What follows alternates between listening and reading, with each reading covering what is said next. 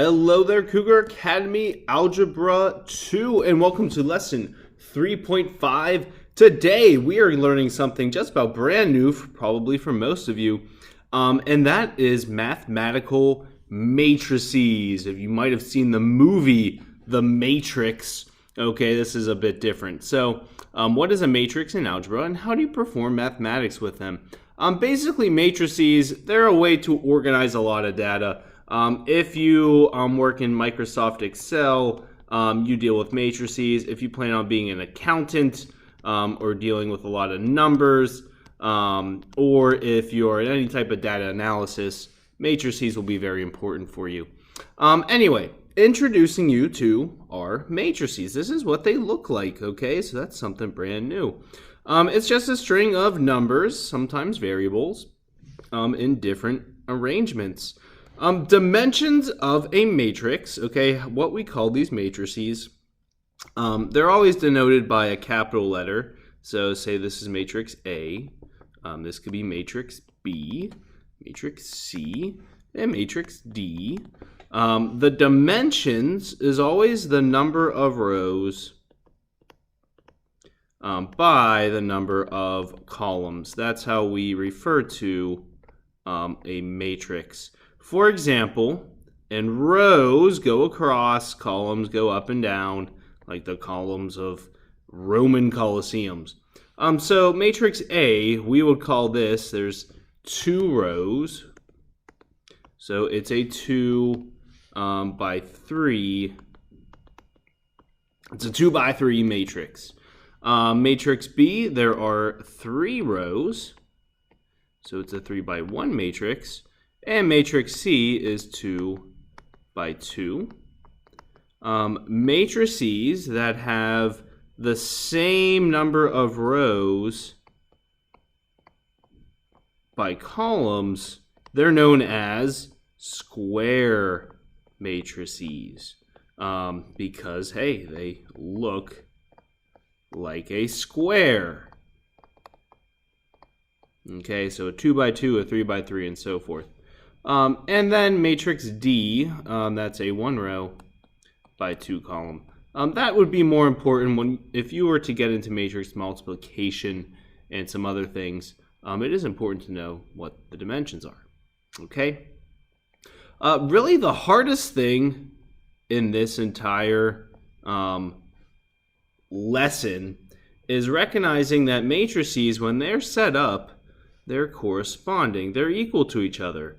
So what we have is that this left matrix, so it is a 3 by 1, is equal to this right matrix.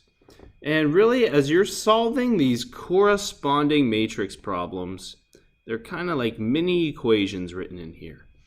What we have is that each cell, okay, within each matrix, we refer to each number as a cell or element. Each element is equal to its corresponding partner on the other side. So I highlighted in red 1 and y. That means that 1 is equal to y. Hey, boom, it's given to you. Notice how this matrix, we have 0, is equal to 0, okay? And lastly, since they're in the bottom, x equals -4.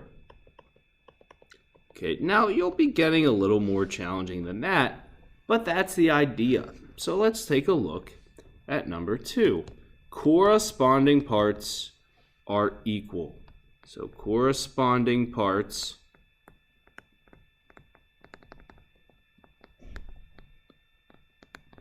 are equal. I recommend use some colors, okay? Make it exciting. So what do we know? We know that the top left is equal to the top left. So we know that 2x must be equal to -6. 4 must be equal to the quantity y plus 2. So that part, so if we're kind of drawing a bigger matrix here, 4 is equal to y plus 2. Negative 1 is z equal to z. And notice if there's no variables, they should match up. 8 is equal to 8. Well, we already know that much. If the variable's not already solved for, like z, then you just have a little mini equation to solve. So 2x equals negative 6. Well, you know how to solve that. You're just going to divide by 2. And that means x equals negative 3. So there's x. Likewise, 4 is equal to y plus 2. That just means, well, we'll subtract 2. And 2 equals y. Okay, so we found those parts in the corresponding. And we made those matrices equal to one another. Example 3. So this time, this is one of our most challenging ones. What do we have? So top left is equal to top left. We know that 8 minus y is equal to negative 3y. 0 equals 0. That checks out. The bottom left, x plus 2z equals negative 5.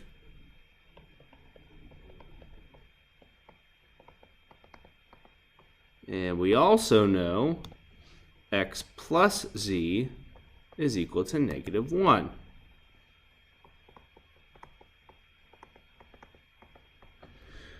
Okay, and so I'm going to again star this one because this is the most challenging type, but really it's not going to, you'll see what to do and be like, oh, yeah.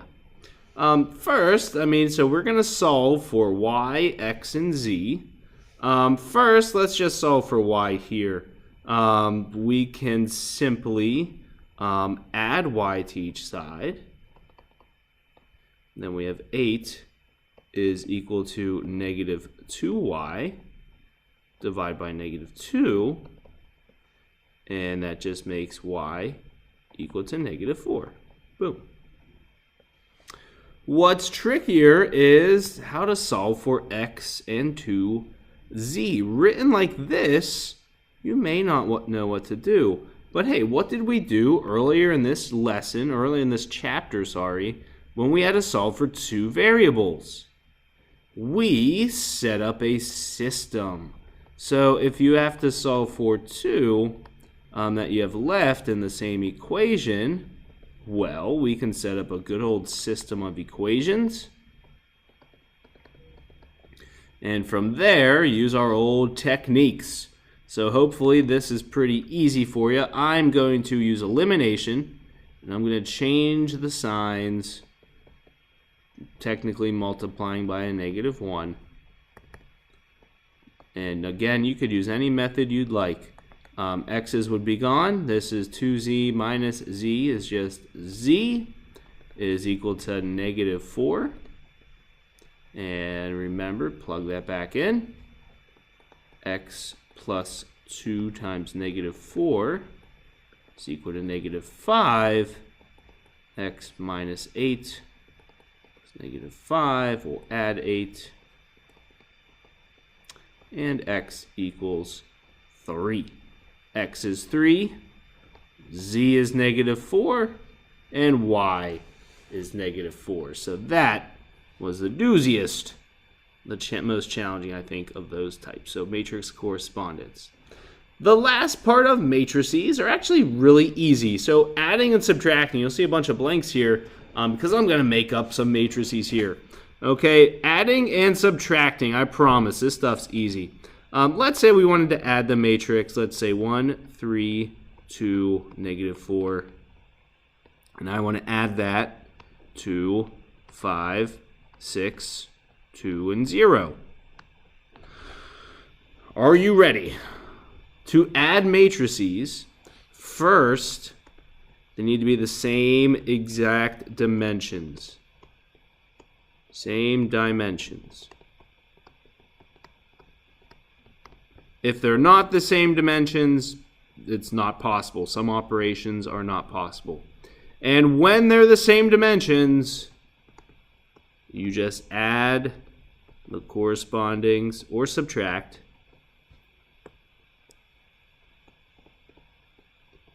each corresponding cell.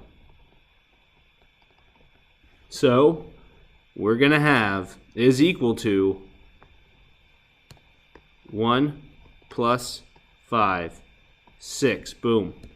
3 plus 6, 9. 2 plus 2, 4.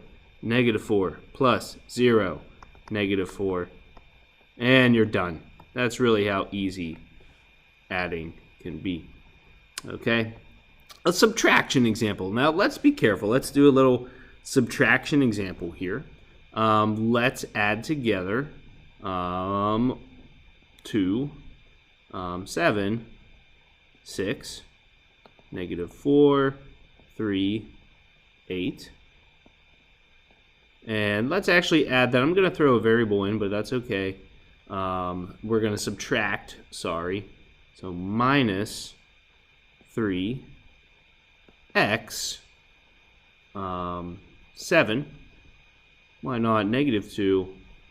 And why not 3 again? And 0. All right. It's very similar again. Just be careful we're subtracting. So 2 minus 3 is going to equal 2 minus 3, negative 1.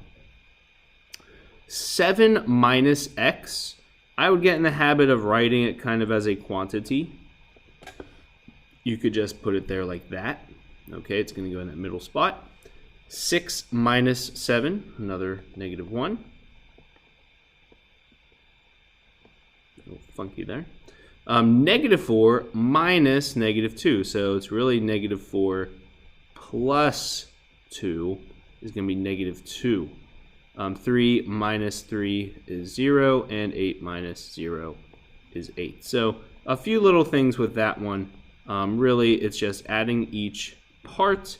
If you have a variable or something, you might be combining skills like in number 3. Just write it in parentheses. And the last little bit is scaling matrices. Scaling them, it's kind of like multiplication. There's actually a different lesson on multiplication. We're actually not going to get into that for our particular class. Scaling it's kind of like taking a picture. If you ever taken a picture and you made it bigger or smaller, okay? To scale a matrix, you're just multiplying by some constant. You multiply each cell by a constant. So our last example here, example 6, I'm going to combine a few things. We're going to take 2, multiply it to the matrix 4, negative 3, 8, and 1. And we're going to then subtract 3 times 0, negative 1, 4, and 7. So you might actually have to do both things. And really, it's just a lot of distributing and then solving. So it's kind of similar order of operations. We want to multiply first. So first, we'll take care of distributing the 2. 2 times 4 is 8. 2 times negative 3 is negative 6. 2 times 8 is 16. And 2 times 1 is 2. Then we can subtract 3 times the others. So 3 times 0 is 0. 3 times negative 1 is negative 3. 3 times 4 is 12. And 3 times 7 is 21. They're the same dimensions, so we can subtract them. And then we would just get 8 minus 0, which is 8. Negative 6 minus negative 3. So negative 6 plus 3 is negative 3. 16 minus 12 is 4. And 2 minus 21 is negative 19. Okay, that is the trickiest for those types. Just a little extra note. So again, if you try to add something like a 1, this is what type of matrix again? Hopefully you said a 2 by 1. You would try to add a 2 by 1 to maybe a square matrix. You cannot. It's undefined.